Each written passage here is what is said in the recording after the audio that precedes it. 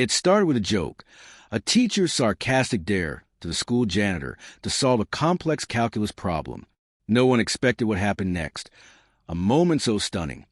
It would transform the way an entire school saw the quiet man with the mop. It seemed like any other Monday at Crestwood High, a dull, gray morning where even the teachers seemed to be moving in slow motion.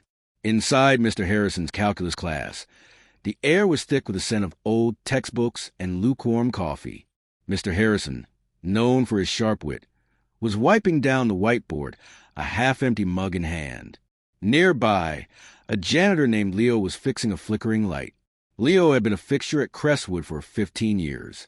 Always punctual, always quiet, and always ready with a kind nod and a small smile for anyone who acknowledged him. Most students barely gave him a second glance. Some even snickered, calling him Dusty behind his back, but he never let it bother him. He was simply there, a constant presence, like the ticking of the clock. That morning, as Mr. Harrison finished writing a complicated calculus problem on the board, something about integrals and limits, he turned to his class, then to Leo, and a mischievous grin spread across his face. "Hey, Dusty," he called out. "Care to take a shot at this one?" The class erupted in giggles. Leo paused his work, his expression unreadable. He put down his tools, walked slowly to the board, and studied the equation. The room fell silent. He picked up the marker and began to solve the problem, step by step. His movements were fluid, precise, as if he'd done this 1,000 times.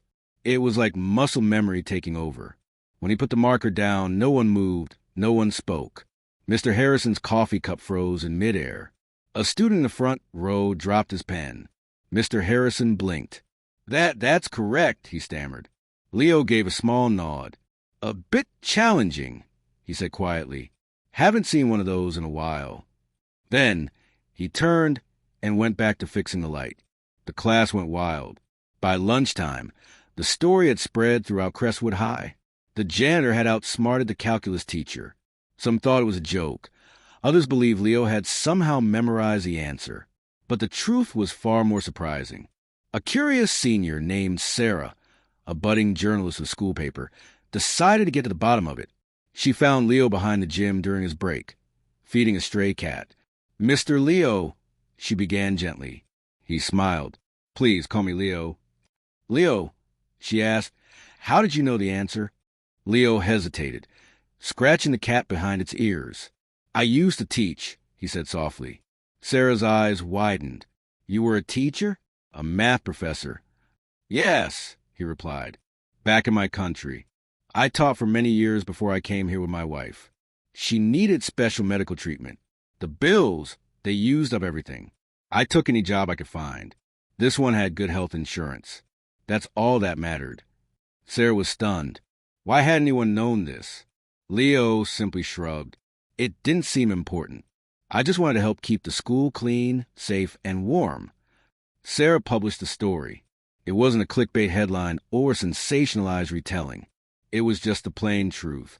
The next morning, copies of the story were pinned to every bulletin board in Crestwood High. Teachers read it, students shared it, and some were moved to tears. By the end of the week, everything had changed. Leo was no longer invisible. Students greeted him by name. One even asked him for help with his homework. Another brought him a thermos of hot coffee. Mr. Harrison invited him to be a guest speaker in his class to talk about advanced integrals, and Leo reluctantly agreed. But the most powerful moment came at the end of year assembly.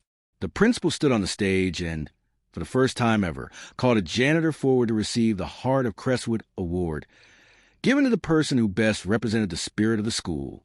The auditorium exploded with applause as Leo walked up, wiping his hands on his uniform, just as he always did.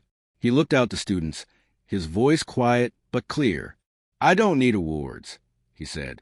"Just remember kindness, humility, and hard work. These are the things that truly solve problems, not just in math but in life." The room was silent, then erupted into a standing ovation. Leo never asked for more. He continued in his role, broom in hand, smile unchanged.